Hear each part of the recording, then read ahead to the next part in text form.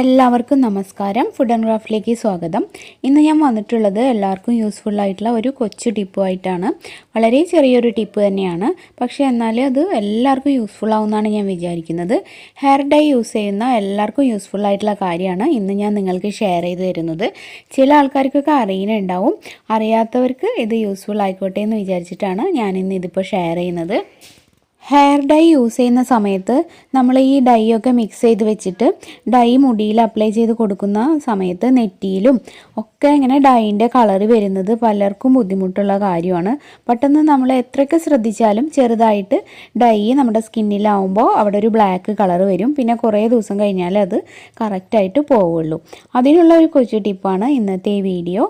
നമ്മൾ dye use ചെയ്യുന്ന സമയത്ത് നമ്മുടെ സ്കിന്നിൻ്റെ കോണ്ടാക്റ്റ് വരുന്ന, അതായത് ഹെയറിൻ്റോട് തൊട്ട് ചേർന്നിട്ടുള്ള ഭാഗങ്ങളിലൊക്കെ കുറച്ച് പെട്രോളിയം ജെല്ലിയില്ലേ, വാസ്ലിൻ ഒന്ന് തേച്ച് കൊടുക്കുക. എന്നിട്ട് നമ്മൾ ഡൈ അപ്ലൈ ചെയ്യുകയാണെങ്കിൽ ഡൈ നമ്മുടെ സ്കിന്നിലായാലും ആ സ്ഥലത്തൊന്നും ആ ഒരു പാടും വരില്ല. നമുക്ക് തുടച്ച് കളഞ്ഞാൽ വളരെ പെട്ടെന്ന് തന്നെ ആ കറുപ്പ് കളറ് പോയി കിട്ടും. അപ്പോൾ അത് ചിലർക്കൊക്കെ അറിയുന്നുണ്ടാവും. അപ്പോൾ അറിയാത്തവർ ഇതൊന്ന് ട്രൈ ചെയ്ത് നോക്കൂ. ഞാൻ എൻ്റെ കയ്യിൽ ആദ്യം വെറുതെ ഒന്ന് തേച്ച് നോക്കി. അപ്പോൾ അത് തുടച്ച് കളയുമ്പോൾ അവിടെ ഒരു കറുപ്പ് കളർ അവശേഷിക്കുകയാണ്.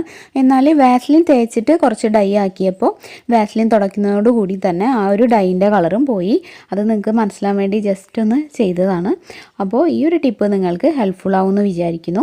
ഇനി എല്ലാവരും ഇങ്ങനെ ചെയ്ത് നോക്കുക. അപ്പോൾ വീഡിയോ ഹെൽപ്ഫുൾ ആണെങ്കിൽ തീർച്ചയായും ഒന്ന് ലൈക്ക് ചെയ്യുക, ഫ്രണ്ട്സിനൊക്കെ ഒന്ന് ഷെയർ ചെയ്ത് കൊടുക്കുക.